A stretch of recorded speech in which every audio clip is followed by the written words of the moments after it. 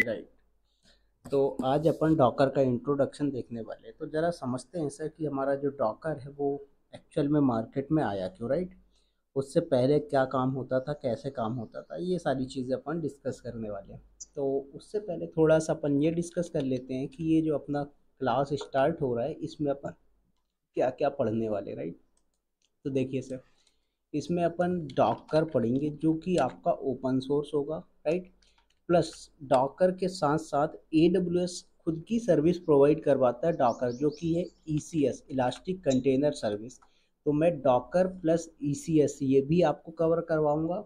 और इसके बाद अपन डॉकर के बाद आएंगे कहाँ पर सर, कुबरनेटीज में। और कुबरनेटीज के साथ साथ AWS की जो सर्विस है EKS, इसके बारे में भी अपन डिस्कस करेंगे, राइट? तो इस पूरे सिलेबस को कंप्लीट करने में जो अपना ओवरऑल टाइम जाएगा वो 1.5 मंथ का जाएगा। डेली अपनी मंडे टू फ्राइडे क्लासेस होंगी, सैटरडे ऑफ होगा, संडे को कोई टास्क हो गया, कोई प्रोजेक्ट हो गया, वो मैं कवर करवाऊंगा आप लोगों को। बात आ गई समझ में क्या, राइट? तो सबसे पहले थोड़ा सा सर डिस्कस करते हैं कि मार्केट में एक्चुअल में जब आपका डॉकर नहीं था तो क्या प्रॉब्लम थी और कैसे काम होता था, राइट? तो सबसे पहले अगर मैं बात करूं आप लोगों से, तो आप लोगों को मैंने क्लाउड कंप्यूटिंग का इंट्रोडक्शन दिया था, उसमें आप लोगों को बताया था कि देखिए, सबसे पहले मान लीजिए एक कंपनी है क्लाउड विथ विवेक नाम से या फिर XYZ नाम से, उस कंपनी के आपको स्टार्टअप करने हैं, राइट? तो सबसे पहले आप क्या करते हो सर, आपने एक बिल्डिंग ली। अब वो बिल्डिंग आप रेंट पे भी ले सकते हो या परचेस कर सकते हो। आफ्टर दैट बिल्डिंग लेने के बाद आपको क्या करना है सर, यहाँ पर हार्डवेयर्स लगाने। अब हार्डवेयर लगाने के लिए आपने रैक्स क्रिएट किए, राइट? तो इन रैक में आपकी मल्टीपल हार्ड डिस्क आती हैं, रैम आते हैं, राउटर लगाओगे आप, लैन केबल यूज़ करेंगे। उसके बाद इस पूरी बिल्डिंग के सेटअप करने के बाद इसमें जो हार्डवेयर लगे हैं उनको ठंडा भी रखना पड़ेगा। क्या करना पड़ेगा सर, उनको ठंडा भी रखना पड़ेगा। तो आपको ये पूरा का पूरा कूलिंग सेटअप भी लगाना पड़ेगा। क्या करना पड़ेगा सर, इस पे कूलिंग सेटअप भी लगाना पड़ेगा। अब कूलिंग सेटअप आप लगाओगे तो AC सेट करेंगे, राइट? जब AC लगाएंगे तो उसमें आपका इलेक्ट्रिसिटी का बिल आएगा, ये सारी चीज़ें आती थी। उसके बाद मान लीजिए कल को ये बिल्डिंग है, इस बिल्डिंग में चोर भी तो घुस सकता है, तो आप उसकी सेफ्टी के लिए क्या करोगे, एक फिजिकल सिक्योरिटी गार्ड भी रखोगे। क्या करोगे, आप एक फिजिकल सिक्योरिटी गार्ड भी रखेंगे। उसके बाद आप इस पे CCTV कैमरास भी लगाएंगे। तो ओवरऑल देखा जाए तो सर इस पूरे इंफ्रा को सेटअप करने में आपका इन्वेस्टमेंट 2 से 3 CR का, 2 से 3 CR का जो इन्वेस्टमेंट है आपका वो हो जाता था। चलो हमने बोला कोई नहीं सर, ये इन्वेस्टमेंट हमारा वन टाइम है, राइट? अब ये 2 से 3 करोड़ रुपए आपने इसमें इन्वेस्टमेंट कर दिए। कल को बोला मैंने, मेरा क्लाइंट था उज्जवल, ठीक है? अब उज्जवल ने क्या बोला कि 1 ईयर का इस क्लाउड विथ विवेक के साथ मेरा एग्रीमेंट है, मेरा जो भी एप्लीकेशन होगा वो मैं रन करूंगा। उसके बाद यहाँ पर जो भी है, उज्जवल जी ने क्या बोला, मुझे इससे बेटर ऑप्शन मिल गया है, मुझे दूसरी जगह मूव होना है। तो इन दोनों के बीच में एग्रीमेंट क्या हो गया सर, फिनिश हो गया, राइट? तो फिर कल को क्या हुआ, इस कंपनी के पास कोई भी क्लाइंट नहीं बचा। 2 मिनट सर, कोई आया एक से, सॉरी, थोड़ा सा बगल वाले अंकल आ गए थे। तो यहाँ पर मैं आपको बताया कि आपने मान लीजिए ये सर, ये पूरी बिल्डिंग सेटअप किया, इस पूरी बिल्डिंग को सेटअप करने में 2 से 3 करोड़ रुपए का आपने इन्वेस्टमेंट कर दिया। अब इस बिल्डिंग को सेटअप करने वाले ऑर्गेनाइजेशन का नाम कुछ भी हो सकता है, तो मैंने बोला ये मेरा क्लाउड विद विवेक के नाम से ऑर्गेनाइजेशन था। इस क्लाउड विद विवेक ऑर्गेनाइजेशन के पास एक क्लाइंट था सर, कौन, उज्जवल। उज्जवल से एक एग्रीमेंट हुआ कि भाई उज्जवल का जो भी एप्लीकेशन होगा, जो भी वेबसाइट होगा, जो भी कोड होगा, जो भी डेटाबेस होगा, पूरा का पूरा ये क्लाउड विथ ऑर्गेनाइजेशन मैनेज करेगा। उसके बदले उज्जवल जो है तो 1 CR पर ईयर के हिसाब से, पर एनम के हिसाब से पे करेगा, ठीक है? लेकिन ये जो एग्रीमेंट था सर वो 1 ईयर का था। उज्जवल जी ने बोला कि अगर मुझे आपकी सर्विस अच्छी लगती है तो मैं क्या करूँगा, मैं अपने एग्रीमेंट को इंक्रीज कर दूंगा। लेकिन आफ्टर 1 ईयर क्या हुआ, उज्जवल जी ने एग्रीमेंट खत्म कर दिया। इन्होंने बोला यार आप ना पैसे बहुत ज़्यादा ले रहे हो, मेरे को दूसरी ऑर्गेनाइजेशन मिल गई है, वो दूसरी ऑर्गेनाइजेशन मेरा यही काम कम में करके दे रही है, तो मैं दूसरे ऑर्गेनाइजेशन पे मूव हो रहा हूँ। फिर कल को क्या होगा सर, इस क्लाउड विद विवेक के पास कोई दूसरा क्लाइंट आ गया तो ठीक है, वेल एंड गुड। नहीं आया तो क्या हुआ, इसने 1 CR रुपीज कहाँ से कमाए, उज्जवल से कमाए। अब 1 CR में से इसने 20 to 30 लाख रुपीज जो है तो सैलरी वगैरह इन्वेस्टमेंट वगैरह दे दिया। 70 लाख का इसको क्या हुआ सर, प्रॉफिट हुआ। ठीक है, क्या हुआ, 70 लाख का प्रॉफिट हुआ। अब जब 70 लाख का इसको प्रॉफिट हुआ तो इसने 2 से 3 करोड़ रुपए का इन्वेस्टमेंट भी कर रखा था। तो देखा जाए तो अगर इसके पास कोई दूसरा क्लाइंट नहीं आ रहा है तो इसको क्या करना पड़ेगा सर, अपना ऑर्गेनाइजेशन क्लोज करना पड़ेगा। जब ऑर्गेनाइजेशन क्लोज करेगा तो भाई इसने जो सामान खरीदा था वो तो सब कचरे के रेट पे जाएगा। तो मैं बोलता हूँ चलो इसने 1 CR यहाँ से ले लिया और 70 लाख यहाँ से, तो देखा जाए तो ओवरऑल फिर भी इसका 1 करोड़ 30 लाख का 1 करोड़ 30 लाख का क्या हुआ सर, लॉस हुआ। तो ये कारण होता था कब, जब आपका इंफ्रा चलता था ऑन प्रीमाइज में, जिसे आप ट्रेडिशनल डेटा सेंटर भी बोलते हैं। क्या बोलते हैं सर, ऑन प्रीमाइज या फिर ट्रेडिशनल डेटा सेंटर भी आप कॉल कर सकते हो, कोई दिक्कत नहीं। ये ट्रेडिशनल डेटा सेंटर जो होते हैं आपके वो कुछ इस तरीके के, राइट। तो ये ड्रॉबैक था। तो इस ड्रॉबैक को हटाने के लिए क्या हुआ, मार्केट में क्लाउड आया। तो हमारे पास क्या होता है सर, गवर्नमेंट बैठी होती, गवर्नमेंट ने सारे प्रॉब्लम्स देखे, गवर्नमेंट के इंजीनियर्स होते, उन्होंने प्रॉब्लम से अवेयर कराया किसको, बिजनेसमैन को। उनको बताया कि यार हमारा बिजनेसमैन बिजनेस स्टार्ट करता है और अगर मान लो बिजनेस नहीं चल पाता है तो उसको इतना लॉस उठाना पड़ता है, तो कोई और दूसरा सॉल्यूशन नहीं, राइट। तो फिर मार्केट में बड़े बड़े बिजनेसमैन बैठे थे, जैसे अमेजोन हो गया, माइक्रोसॉफ्ट हो गया, गूगल हो गया। इन लोगों ने क्या किया सर, खुद का क्लाउड बनाया। सबसे पहले किसने बनाया, अमेजोन वाले ने। इसने क्या किया, अपना AWS क्लाउड के नाम से मार्केट में आया। क्या आया सर, AWS क्लाउड कंप्यूटिंग के नाम से मार्केट में आया। अब ये क्या बोलता है, आप वहाँ पर अपना सिस्टम खरीद रहे थे, मत खरीदो, मैं यहाँ पर आपको रेंट पे दे दूंगा। आप रैम खरीद रहे थे, मत खरीदिए, मैं आपको रैम भी क्या करूँगा, रेंट पे दे दूंगा। आप स्टोरेज डिवाइस खरीद रहे थे, मत खरीदिए, मैं आपको रेंट पे दे दूंगा। आप राउटर खरीद रहे थे, मत खरीदिए, मैं आपको रेंट पे दे दूंगा, राइट। आप स्विच खरीद रहे थे, मत खरीदिए, मैं आपको रेंट पे। सारी सर्विसेज क्या बोला सर, क्लाउड वाले ने, कि आप जो भी चीज़ खरीद रहे थे ना फिजिकली आप परमानेंट के लिए, उसे आपको खरीदने की ज़रूरत नहीं है, मैंने सारी चीज़ें ले रखी है और इनको मैं क्या करूँगा सर, आपको वर्चुअली प्रोवाइड करवा दूंगा। क्या करूँगा सर, वर्चुअली प्रोवाइड करवा दूंगा। तो आपको यहाँ पर जितना यूज़ करोगे उतना आपको पे करना पड़ता है। क्या करोगे सर, जितना यूज़ करोगे उतना आपको पे करना पड़ेगा। तो ये आपके सर्वर हो गए, जिसे ये लोग क्या बोलते हैं, EC2 इंस्टांस बोलते हैं। तो आप रेंट पे ले लो, जितनी देर आपको यूज़ करना उतनी देर आप क्या करें सर, इसको यूज़ करके छोड़ दो। तो आपको सिर्फ उतनी देर का ही पैसा पे करना पड़ेगा जितनी देर आपने यूज़ करी, ये नहीं कि आपको लाइफ टाइम का पैसा पे करना पड़ेगा। तो ये सबसे अच्छा एडवांटेज हुआ कर सर क्लाउड आने से।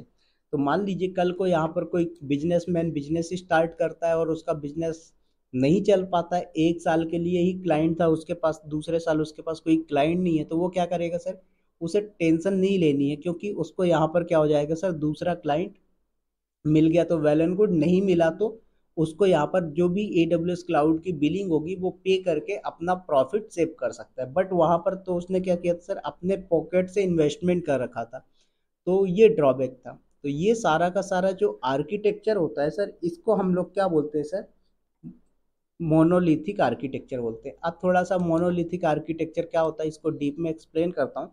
तो मान लीजिए सर मेरे पास एक वेबसाइट चल रही है, ये वेबसाइट आपकी कोई भी हो सकती है, ठीक है। क्या है सर, मेरे पास ये वेबसाइट चल रही है, इस वेबसाइट पे मैंने देखा यहाँ पर एक से, तो आपका क्या है सर, ई कॉमर्स एप्लीकेशन चल रहा है। अब इस ई कॉमर्स एप्लीकेशन में जो आपका मोनोलिथिक आर्किटेक्चर होता है, इसमें क्या होता है सर, आपका जो ऑर्डर होगा, ठीक है, क्या होगा सर, आपका जो ऑर्डर होगा वो भी इसी पे आएगा, ठीक है। उसके बाद आपका जो प्रोडक्ट की इंफॉर्मेशन होगी वो भी इसी पे रहेगी, ठीक है, ऑर्डर और प्रोडक्ट आपका, ठीक है।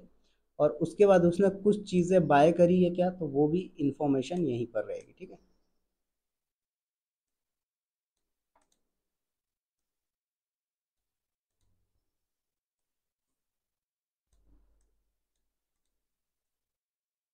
चलिए, तो यहाँ पर मैंने क्या बोला कि उसने कोई ऑर्डर लिया।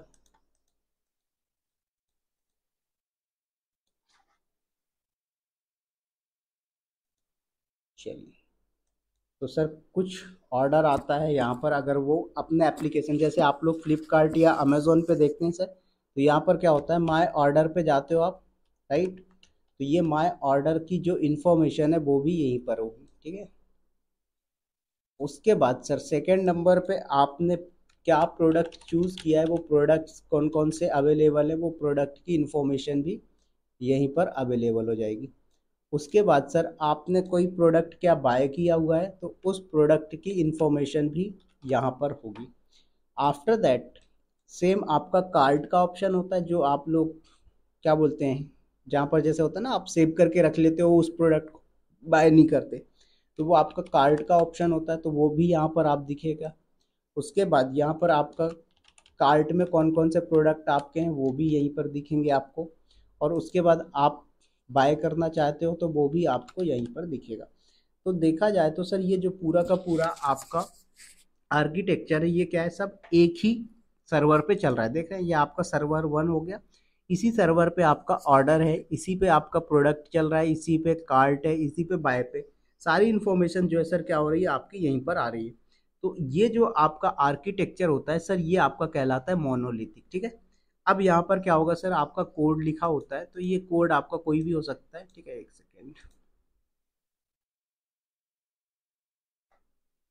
तो सर ये आपका कोड हो गया, राइट। यहाँ पर आपका लॉजिक लिखा होगा, बिजनेस लॉजिक लिखा होता है कि अगर हमारा बंदा क्या कर रहा है सर, रेडियस पे आ रहा है तो ये कर देना, और अगर क्या कर रहा है वो होम पेज पे आ रहा है तो उसको ये रिटर्न कर देना, और अगर वो कार्ट पे आ रहा है तो ये रिटर्न कर देना। तो वो सारा बिजनेस लॉजिक का कोड यहाँ पर लिखा होगा, ठीक है। तो एक कोड मैं यहाँ पर ऐसे नॉर्मली लिख देता हूँ, जैसे कि अगर बंदा होम पे जा रहा है तो ये रिटर्न करेगा, और अगर उसका क्या हो रहा है सर, यहाँ पर कार्ट का ऑप्शन है तो कार्ट पे जाएगा, या फिर प्रोडक्ट का ऑप्शन है तो प्रोडक्ट पे जाएगा, या फिर बाय का ऑप्शन है तो बाय पे जाएगा। तो ये ऑप्शन उसके पास अवेलेबल है, अगर इनमें से क्या होता है तो वो रिटर्न कर देगा, ठीक है। अब यहाँ पर क्या होगा सर, आपके पास डेटाबेस लगा होगा। अब वो डेटाबेस आपका कोई सा भी हो सकता है, पोस्ट ग्रे एसक्यूएल भी हो सकता है, मारिया डीबी भी हो सकता है, मोंगो डीबी हो सकता है। तो मैंने बोला सर यहाँ पर आपका वो डेटाबेस लगा हुआ है, राइट। क्या लगा हुआ है, आपका डेटाबेस लगा हुआ है। अब इस डेटाबेस में इंफॉर्मेशन स्टोर हो रही है, तो मैंने बोला चलो ये पोस्ट ग्रे एसक्यूएल ही ले लेते हैं अपन। अब ये जो आपका सर डेटाबेस है, कोई भी लॉजिक यहाँ से रन हो रहा है। सपोज दैट यूजर ने बैठ के क्या किया सर, यहाँ से माय ऑर्डर पे हिट किया, ठीक है। तो ऑर्डर पे गया, तो उसका अब कार्ट से रिलेटेड है तो कार्ट वाले पे रिक्वेस्ट आई, कार्ट वाला क्या करेगा, यहाँ से आके पोस्ट ग्रे एसक्यूएल से रिस्पॉन्स करके उसको रिटर्न कर देगा। ऐसे ही इसने कुछ बाय कर रखा था, बाय की रिक्वेस्ट बाय वाले लॉजिक पे, बिजनेस लॉजिक पे आएगी, कोड पे आएगी, और वहाँ से पोस्ट ग्रे एसक्यूएल से उठा के रिटर्न कर देगा। तो इस तरीके से आपका क्या होगा सर, ये बिजनेस लॉजिक वर्क करेगा। लेकिन अब इसमें ड्रॉबैक क्या है, मान लीजिए सर एक आपने छोटा सा चेंजेस कर दिया, किस पे सर, माय ऑर्डर पे। माय ऑर्डर पे आपने कुछ अपडेट कर दिया। मान लीजिए पहले आप जब ऑर्डर कर रहे थे सर, तो उस टाइम पे आपका जो पेमेंट है वो कैश ऑन डिलीवरी का ऑप्शन नहीं था, आप only debit card, credit card और यूपीआई का ऑप्शन ले रहे थे। अब आप क्या चाहते हो सर, उसमें आपकी कैश ऑन डिलीवरी का ऑप्शन भी ऐड करना चाहते हो। तो आप क्या करोगे सर, आपका ये कोड है, ये जो मैंने होम कार्ट प्रोडक्ट वाई लिखा ना, ये पूरा का पूरा एप्लीकेशन का कोड है। मेरे को यहाँ पर अभी कोडिंग का वो नहीं है, तो मैंने कोडिंग यहाँ पर लिखी नहीं है, नहीं तो ये क्या है, कोड है। तो मैंने बोला कि सर आपका एप्लीकेशन का कोड है, अब आप क्या कर रहे हो, इसमें माय ऑर्डर में अपडेट कर रहे हो, या प्रोडक्ट पे अपडेट कर रहे हो, या फिर बाय पे अपडेट कर रहे हो, किसी एक पे अपडेट कर रहे हो। तो आप क्या करोगे, इस पूरे के पूरे एप्लीकेशन की कोडिंग के साथ छेड़छाड़ करोगे, राइट। क्योंकि पूरा कोड क्या है सर, एक बॉक्स के अंदर रखा हुआ है। तो आप इस बॉक्स से क्या करोगे सर, अपने कोड को जब चेंजेस करोगे तो आपको पूरा का पूरा एप्लीकेशन डाउन टाइम देना पड़ेगा। क्या करना पड़ेगा उज्जवल सर, हरीश जी और सत्य प्रकाश सर, पूरा का पूरा एप्लीकेशन आपको डाउन टाइम देना पड़ेगा। तो भाई ये तो बिजनेस लॉजिक अच्छा नहीं हुआ, क्योंकि कोई भी बंदा आज के टाइम पे कोई भी प्रोडक्ट होता है, कोई भी एप्लीकेशन होता है, वो चाहता है डाउन टाइम ना मिले। इवन आज के टाइम पे अगर मैं बोलूं कि इतने बड़े बड़े बिजनेसमैन हैं जो आपका axis bank, ICI bank, HDFC bank use कर रहे हैं, इंडिया के, राइट। क्या वो बैंक डाउन टाइम देते हैं? नहीं, नेवर। वो रात को 2 बजे 3 बजे कभी भी एक्सेस कर लें, उनका एप्लीकेशन कभी भी डाउन नहीं होता। लेकिन यहीं पर अगर मैं बात करूं गवर्नमेंट बैंक की, स्टेट बैंक ऑफ इंडिया हो गया, सेंट्रल बैंक ऑफ इंडिया हो गया, या फिर यूनियन बैंक ऑफ इंडिया हो गया, इन सब में डाउन टाइम आता है, राइट। तो कोई भी बंदा होता है जहां पर डाउन टाइम मिलता है वहां पर यूज करना या उस जगह पे अपना अकाउंट बोल दो या फिर अपना बिजनेस रन नहीं करना चाहेगा। तो ऐसे ही होता है सर कि यहाँ पर आपने एक छोटा सा ऑर्डर है, माय ऑर्डर, उसको अपडेट किया, या फिर आपका प्रोडक्ट है, उस सेक्शन को आपने अपडेट करना है, पूरा का पूरा एप्लीकेशन आपको यूज करना पड़ेगा, पूरा का पूरा कोड है, इस कोड से ही आपको छेड़छाड़ करनी पड़ेगी। और ये पूरा का पूरा डेटाबेस से कनेक्टेड है, इससे कनेक्टेड है, तो पूरा का पूरा आपको क्या करना पड़ेगा सर? डाउन टाइम देना पड़ेगा। तो ये जो आर्किटेक्चर मैंने बताया सर, ये क्या था? आपका मोनोलिथिक था। समझ में आया सभी को? उज्जवल जी, हरीश जी और सत्य प्रकाश सर की मोनोलिथिक एप्लीकेशन क्या होता है? ठीक है। तो ये मोनोलिथिक आर्किटेक्चर जो था ये पहले यूज किया जाता था। अभी भी कई ऑर्गेनाइजेशन ऐसी हैं जो मोनोलिथिक आर्किटेक्चर यूज कर रही हैं, क्योंकि उनका वो आर्किटेक्चर पहले से सेटअप है। लेकिन आज के टाइम पे कोई भी बंदा चाहता है कि भाई मेरा जो आर्किटेक्चर हो वो क्या होना चाहिए? माइक्रो सर्विस होना चाहिए, मोनोलिथिक नहीं होना चाहिए। तो वहां पर क्या करेगा सर? उसको आपको माइक्रो सर्विस का आर्किटेक्चर सेटअप करके देना पड़ेगा। तो बात करते हैं सर जरा कि माइक्रो सर्विस का आर्किटेक्चर कैसा होगा। तो कुछ नहीं, माइक्रो सर्विस में बहुत ही अच्छा फीचर है, ध्यान दीजिएगा जरा कैसे। तो यहाँ पर आ जाइए, ठीक है। तो यहाँ पर आए तो मैंने बोला सर ये मेरा वही एप्लीकेशन है, सेम एप्लीकेशन मैंने ले लिया। अब सेम एप्लीकेशन के अंदर सर मेरा क्या हो रहा है? एक माय ऑर्डर का सेक्शन है, ओके। उसके बाद दूसरा प्रोडक्ट का सेक्शन है, तीसरा जो है सर वो बाय का सेक्शन है, राइट। ये तीन तीन सेक्शन हमारे पास अवेलेबल हो गए। एज इट इज हमारे पास यहाँ पर कार्ड का ऑप्शन हो गया, उसके बाद सेकंड ऑप्शन हमारे पास प्रोडक्ट का हो गया, और थर्ड ऑप्शन सर हमारे पास बाय का हो गया, राइट। तो मैंने बोला सर ये आप बाय करोगे, तो यहाँ पर रिक्वेस्ट आ रही है। अगर आप प्रोडक्ट की इन्फॉर्मेशन यहाँ देख रहे हो, और एज इट इज़ मैंने बोला कि माय ऑर्डर जो है वो यहाँ पर आपके आ रहे हैं, ठीक है। चलिए,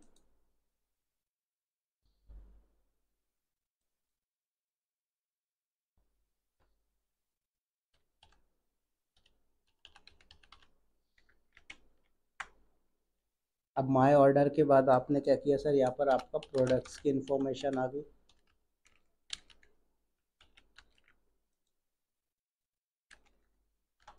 अभी ध्यान दीजिएगा, ये अभी देखने में एप्लीकेशन सेम लग रहा होगा, बट अभी डिफरेंस समझ में आ जाएगा कि मोनोलिथिक में क्या हो रहा था और माइक्रो सर्विस में क्या हो रहा है।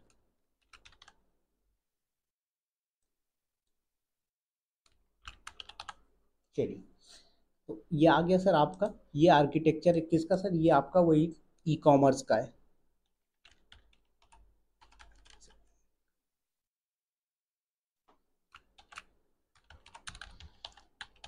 ये आपका ई कॉमर्स का हो गया। अब यहाँ पर आपका क्या होगा सर? कोडिंग रखी होगी, राइट। तो ये आपका कोडिंग सेक्शन हो गया। अब इस कोडिंग सेक्शन में आपका अलग अलग होगा। मैंने बोला सर एग्जाम्पल के लिए आपका फ्लास्क का एप्लीकेशन रन हो रहा है, राइट।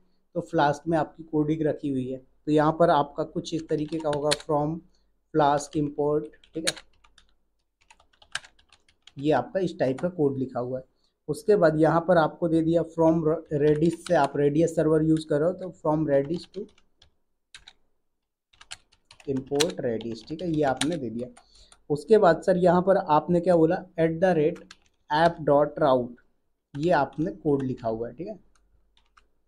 और ये आपका नीचे क्या कर रहा है सर? आपको हेलो पेज रिटर्न करेगा। तो यहाँ पर आपने फंक्शन लिखा है होम करके, ठीक है। तो यहाँ पर क्या करेगा? रिटर्न कर देगा फंक्शन।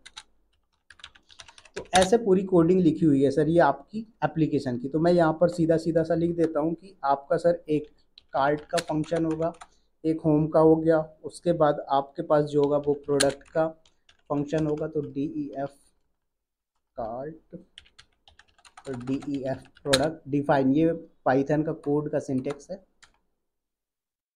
कार्ड हो गया, प्रोडक्ट्स हो गया, एंड आफ्टर दैट बाय हो गया।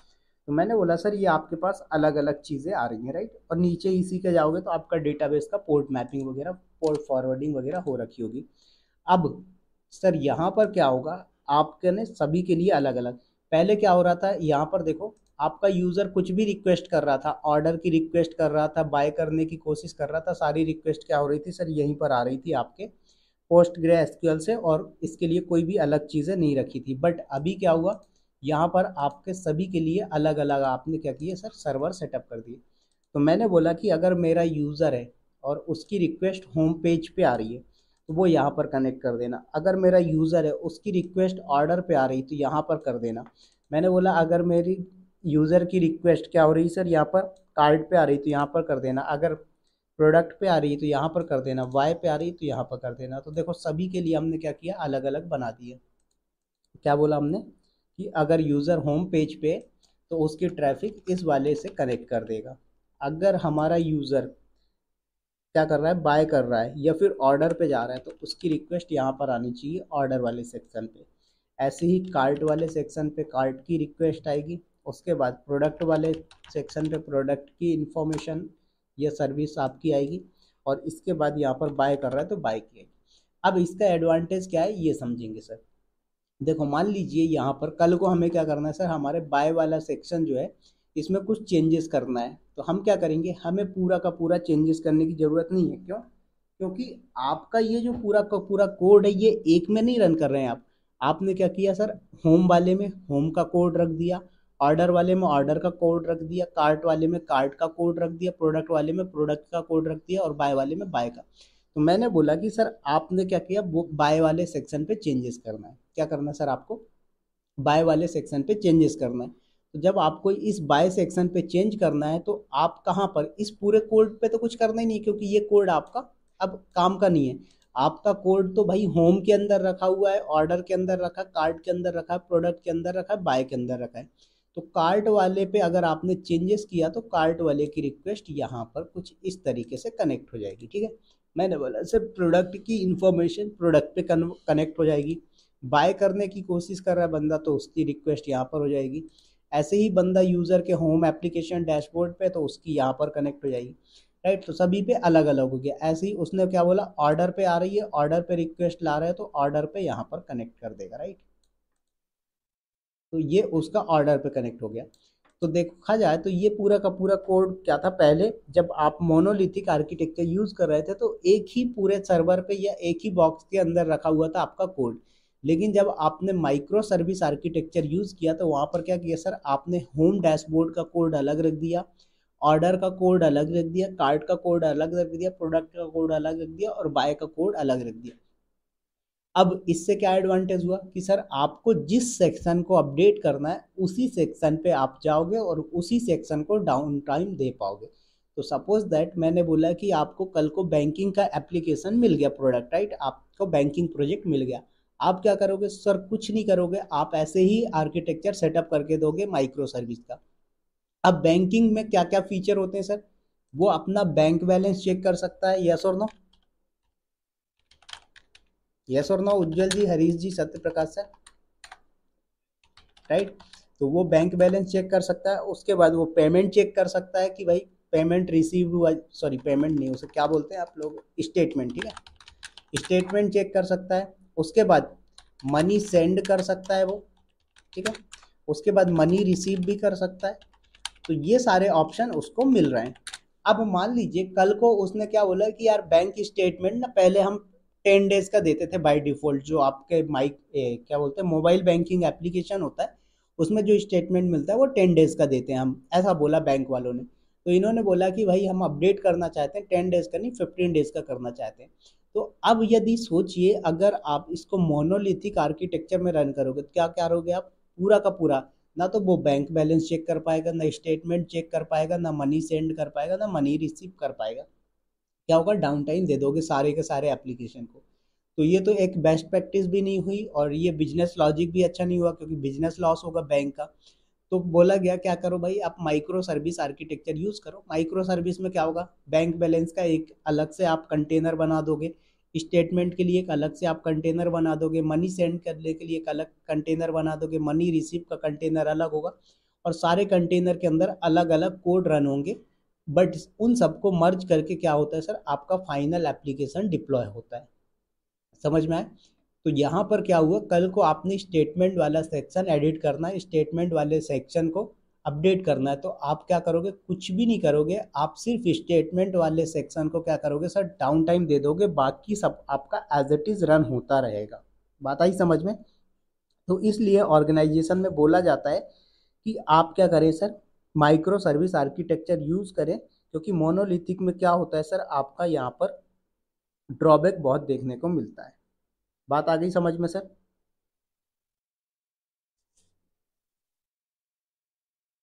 क्लियर हुआ यस और नो? आवाज ही नहीं आ रही सर आप लोगों की। हमारी नहीं आ रही यार तो। हाँ अब आ रही है सर, बहुत धीरे आ रही है। तो समझ में आया मोनोलिथिक आर्किटेक्चर क्या होता है और माइक्रो सर्विस आर्किटेक्चर क्या होता है? सब माइक्रो सर्विस करते हैं सर। हाँ, बट बहुत सारे ऑर्गेनाइजेशन में हो सकता है कि जो आपका प्रीवियस बहुत लंबे टाइम से प्रोडक्ट बन रहा हो या चल रहा हो, वो आपका माइक्रो सर्विस के बदले मोनोलिथिक भी हो सकता है। ठीक है, क्योंकि ऐसा जरूरी नहीं है कि 99% सारी कंपनियां जो है तो डॉकर कुबरनेटीज यूज करेंगी। जो ऑर्गेनाइजेशन क्या कर रही है सर, आपका मोनोलिथिक यूज कर रही होगी, वो क्लाउड कंप्यूटिंग वगैरह पे अपना डिप्लॉयमेंट करके रखेगी। ठीक है, तो एक सिंपल सी डेफिनेशन याद रखो कि जो मोनोलिथिक आर्किटेक्चर होता है सर, इसमें क्या होता है, पूरा का पूरा एप्लीकेशन एक ही कोड बेस और एक ही यूनिट में होता है, जो कि एग्जांपल मैंने ये दिया आपको, ये वाला। ठीक है, तो ये पूरा का पूरा कोड क्या है, एक ही आपके यूनिट के अंदर है। और इसमें क्या सारे फंक्शन जैसे मैंने बताया, यूजर लॉगिन हो सकता है, पेमेंट हो सकता है, ऑर्डर प्रोसेसिंग हो सकता है, और ये सब जो भी है क्या है सर, वो टाइटली कपल्ड होते हैं। टाइटली कपल्ड का मतलब क्या होता है कि एक दूसरे से कनेक्टेड होते हैं, अगर एक डाउन हुआ तो बाकी की सारी को फंक्शनैलिटी को अफेक्ट कर देता है ये, इसमें मोनोलिथिक में। इसका कुछ एडवांटेज भी है कि स्टार्टिंग स्टेज में बनाना इसको ईजी होता है। दूसरी चीज़ क्या होता है कि ये सब कुछ एक ही जगह पे शो कर देता है, तो ये थोड़ा सा एक इसका एडवांटेज है कि जो भी कोड वगैरह हैं आपके, सब एक ही जगह पे मिल जाएंगे और इसको क्रिएट करना ईजी होता है, इसका जो सेटअप करना है वो ईजी होता है। बट इसका ड्रॉबैक है, ड्रॉबैक क्या है मैंने बताया, एक छोटा सा चेंजेस करना है पूरे सिस्टम को अफेक्ट करता है, पूरा सिस्टम डाउन टाइम पे चला जाता है, राइट।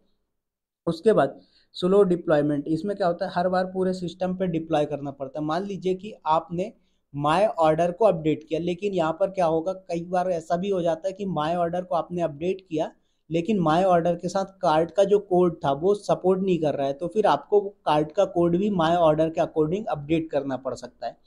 तो ये सब क्या है सर, इसके एक ड्रॉबैक थे। लेकिन माइक्रो सर्विस आर्किटेक्चर में क्या होता है सर, कि माइक्रो सर्विस में एप्लीकेशन को छोटे छोटे बॉक्स के अंदर सर्विस का फॉर्म में डिवाइड कर दिया जाता है, जो कि मैंने यहाँ पर आप लोगों को बताया कि ये मेरा क्या है, छोटे छोटे बॉक्सेस हैं जिनको मैंने डिवाइड कर दिया है बॉक्स के फॉर्म में, जिन्हें हम क्या बोल रहे हैं सर, कंटेनर बोल रहे हैं, या फिर आप सर्विस भी बोल सकते हो। कुबरनेटीज में जाओगे तो हम इनको सर्विस बोल रहे हैं, और डॉकर की केस में बात करोगे तो इसको हम लोग क्या बोल रहे हैं सर, कंटेनर बोल रहे हैं, राइट।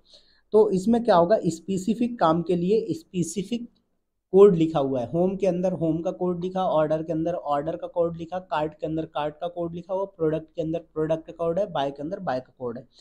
और सभी के अंदर क्या है सर, आपका अलग अलग आपने डेटाबेस रख रखा है कि भाई मेरा ऑर्डर का इन्फॉर्मेशन है तो इस डेटाबेस पे रखेगा, कार्ट का इन्फॉर्मेशन, या फिर आप एक ही डेटाबेस यूज़ करना चाहो तो एक ही डेटाबेस यूज़ कर सकते हो, उसमें टेबल अलग अलग क्रिएट कर सकते हो कि भाई बंदा ऑर्डर कर रहा है तो ऑर्डर की इन्फॉर्मेशन ऑर्डर वाले टेबल पे जाए, बंदा कोई प्रोडक्ट है उसको कार्ट में ऐड कर रहा है तो कार्ट का इन्फॉर्मेशन जो है कार्ट वाले टेबल पे जाए, राइट। अगर कोई बाय किया है उसने तो बाय का जो प्रोडक्ट का इंफॉर्मेशन है वो बाय वाले टेबल पे जाए, तो आप इस तरीके से सभी की अलग अलग टेबल बना सकते हो।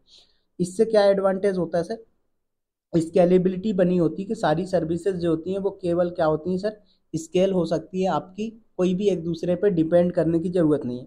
दूसरी चीज़, बहुत फास्ट डिप्लॉयमेंट होता है सर। सीधी सी बात है कि यार यहाँ पर क्या हो रहा था, एक को अपडेट करने पे पूरा डाउन हो रहा था, तो सबको फिर से करना पड़ रहा था डिप्लॉयमेंट। बट यहाँ पर क्या है, आपने जिसको चेंजेस किया केवल उसी को डिप्लॉयमेंट करना है, सारी चीज़ों को नहीं करना है, राइट। उसके बाद फॉल्ट टॉलरेशन मिलता है यहाँ पर कि आपका एक डाउन हुआ है तो बाकी के इफेक्ट नहीं करेंगे, जो कि आपका फॉल्ट टॉलरेंस और हाई अवेलेबिलिटी का फीचर भी प्रोवाइड करवाता है। लेकिन इसका एक ड्रॉबैक भी है। ड्रॉबैक क्या है सर, इस पूरे सिस्टम को मैनेज करना ना बहुत मुश्किल होता है। क्यों? क्योंकि भाई मल्टीपल कंटेनर्स चल रहे हैं आपके, किसी कंटेनर पे ये कोड रखा है, किसी कंटेनर पे दूसरा कोड रखा है, किसी कंटेनर पे ये, राइट। तो कंटेनर क्या है सर, छोटे छोटे बॉक्स हैं आपके, या फिर मैं इनको सर्वर भी बोल सकता हूँ। तो ये आपके यहाँ पर रन हो रहे हैं। दूसरी चीज़ क्या है सर, यहाँ पर नेटवर्क लेटेंसी भी स्लो हो सकती है, क्योंकि इनकी जो कम्युनिकेशन होती है वो एक दूसरे के बीच में होती है। और बाय डिफ़ॉल्ट आप चाहो तो इनको किसी एक कॉमन पोर्ट के थ्रू भी कम्युनिकेट करवा सकते हो, या फिर आप चाहो कि नहीं कॉमन पोर्ट नहीं होना चाहिए, मैं अलग अलग कस्टम पोर्ट के साथ रन करना चाहता हूँ, तो आप कस्टम पोर्ट भी यूज़ कर सकते हो, राइट। और दूसरी चीज़, इसके लिए डेवऑप्स इंपॉर्टेंट है। किसके लिए? माइक्रो सर्विस आर्किटेक्चर के लिए डेवऑप्स इंपॉर्टेंट है। विदाउट डेवऑप्स आप माइक्रो सर्विस आर्किटेक्चर को यूज़ ही नहीं कर सकते। क्यों? क्योंकि यहाँ पर आपका ऑटोमेशन और मॉनिटरिंग की नीड पड़ती है। लेकिन अगर आपको मोनोलिथिक आर्किटेक्चर यूज़ करना है तो आप AWS पढ़ के बस जॉब कर सकते हो, कोई दिक्कत नहीं है।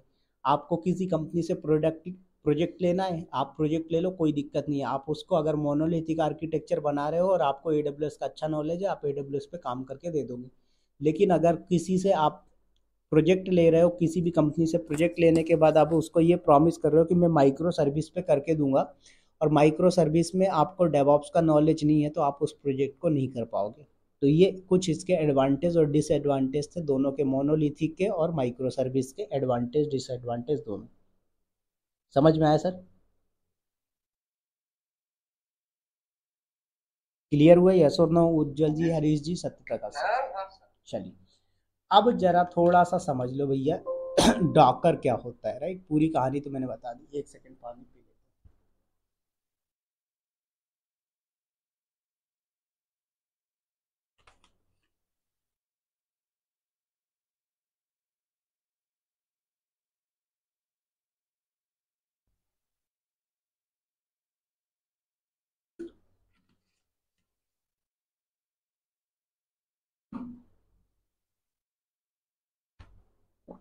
चलिए, अब डॉकर समझ लो, क्योंकि इंटरव्यूअर कई बार ना आपसे ऐसी सिंपल क्वेश्चन भी पूछ लेता है, व्हाट इज डॉकर, राइट। तो कैसे एक्सप्लेन करोगे? देखो सर, पहले क्या हुआ, मान लीजिए मैंने एक एग्जांपल दिया, ये मेरा सर्वर हो गया। अब ये सर्वर सर आपका फिजिकल भी हो सकता है या क्लाउड का भी हो सकता है। क्लाउड में बोले तो जैसे अगर AWS क्लाउड की बात करें तो EC2 बोला जाएगा इसको, अजूर क्लाउड की बात करें तो वर्चुअल मशीन बोला जाएगा इसको, और अगर आप GCP गूगल क्लाउड में जाते हैं तो इसको कंप्यूट इंजन के नाम से बोला जाएगा। ठीक है सर, क्या बोला जाएगा? Compute engine. तो मैंने बोला कि सर यहाँ पर आपका EC2 VM कंप्यूट इंजन, ये तीनों में से कोई एक है, राइट। तो आपको मैं अभी एग्जांपल के लिए यहाँ पर जो है तो क्या ले लेता हूँ कि ये आपका EC2 इंस्टांस हो गया। क्या हो गया सर? ये आपका EC2 इंस्टांस हो गया। इस EC2 इंस्टांस का जो कन्फिग्रेशन है सर वो कुछ इस तरीके का है।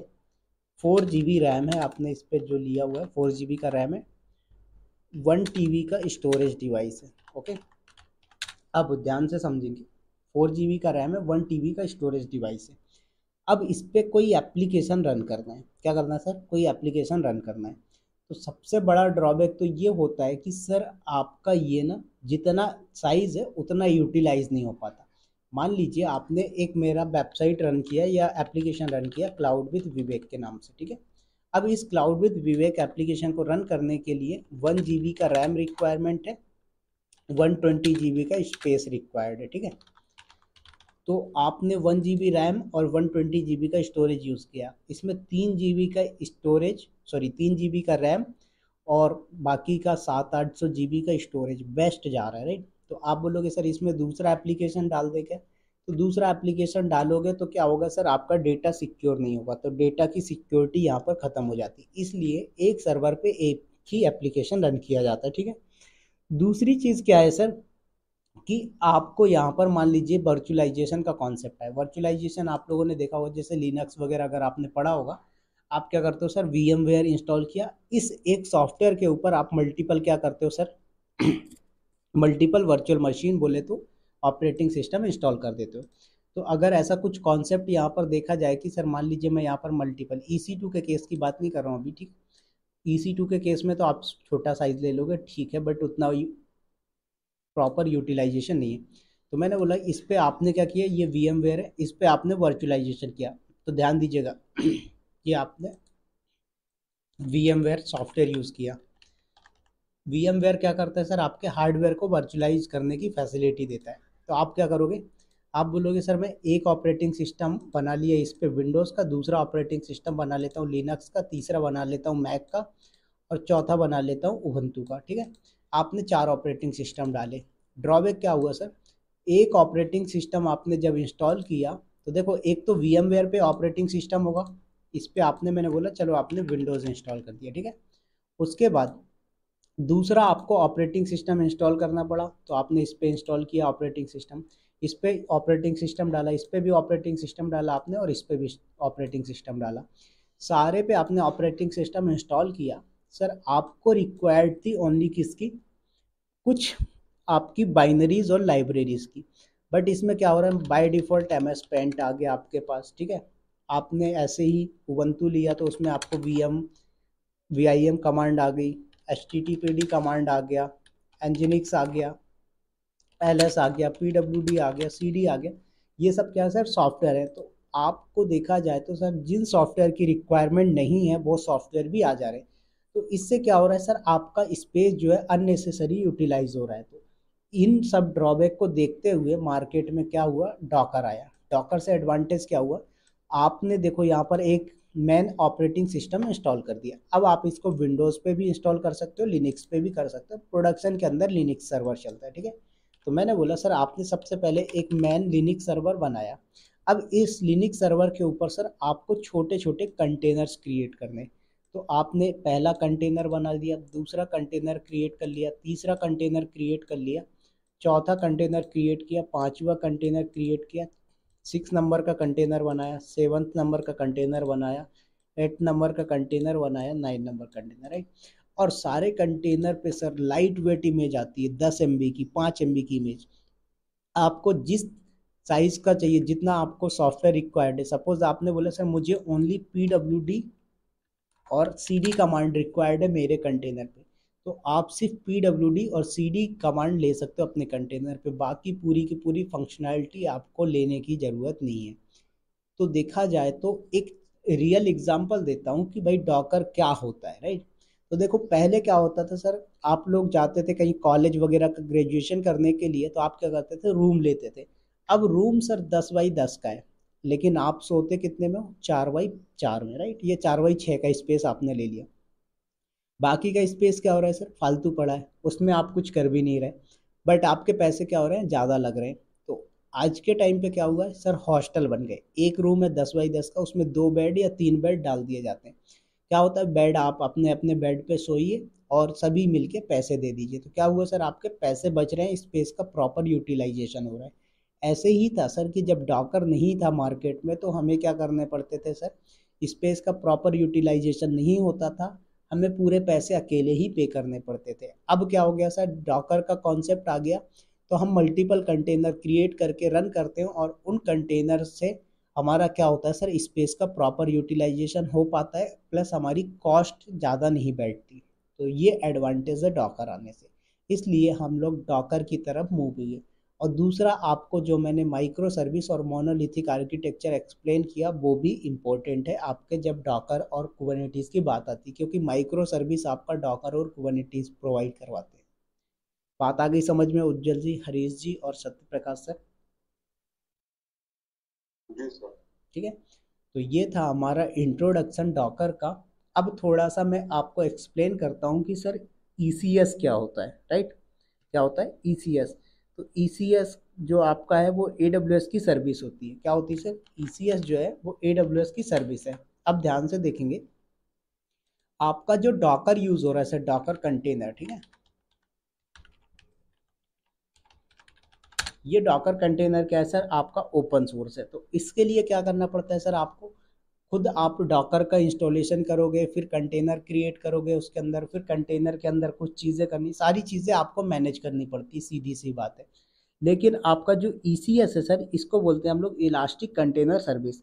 और जो ECS है, इलास्टिक कंटेनर सर्विस है सर, ये आपका AWS की सर्विस है, ठीक है।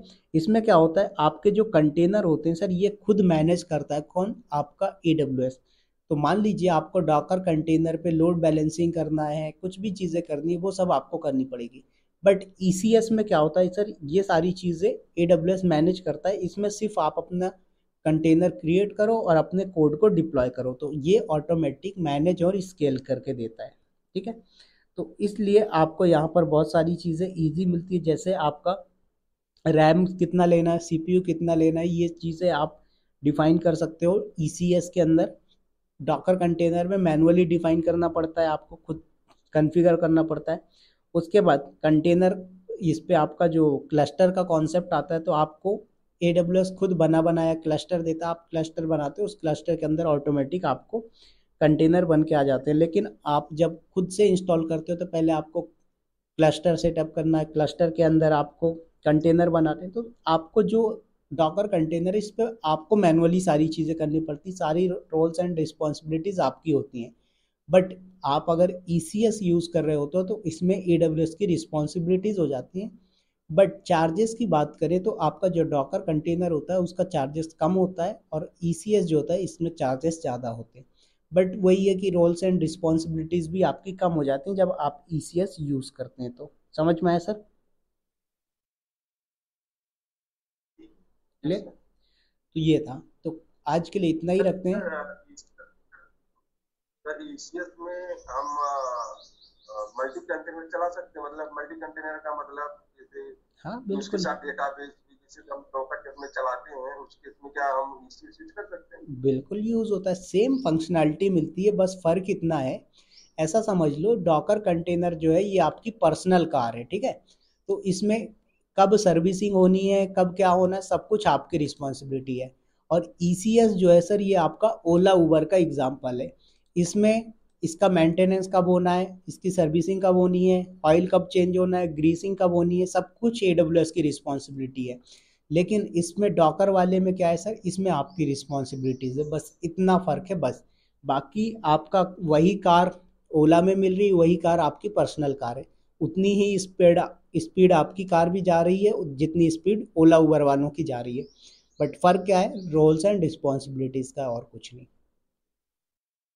नहीं समझ में सर, आया? जैसे मेरा कहने का मतलब, सर मैं ये मेरा मतलब मीन्स ये कहने का, जैसे कि हम डोकर कंपोज में हम मल्टी कंटेनर एक साथ रन करते हैं, तो ठीक है, आपस में दोनों सर्विसेज आपस में कम्युनिकेट करती हैं। राइट। क्या ECS ECS भी ये फीचर देता है कि मल्टी कंटेनर आप रन करो, दोनों से भी आपस में कम्युनिकेट करेंगी? हाँ बिल्कुल करते हैं।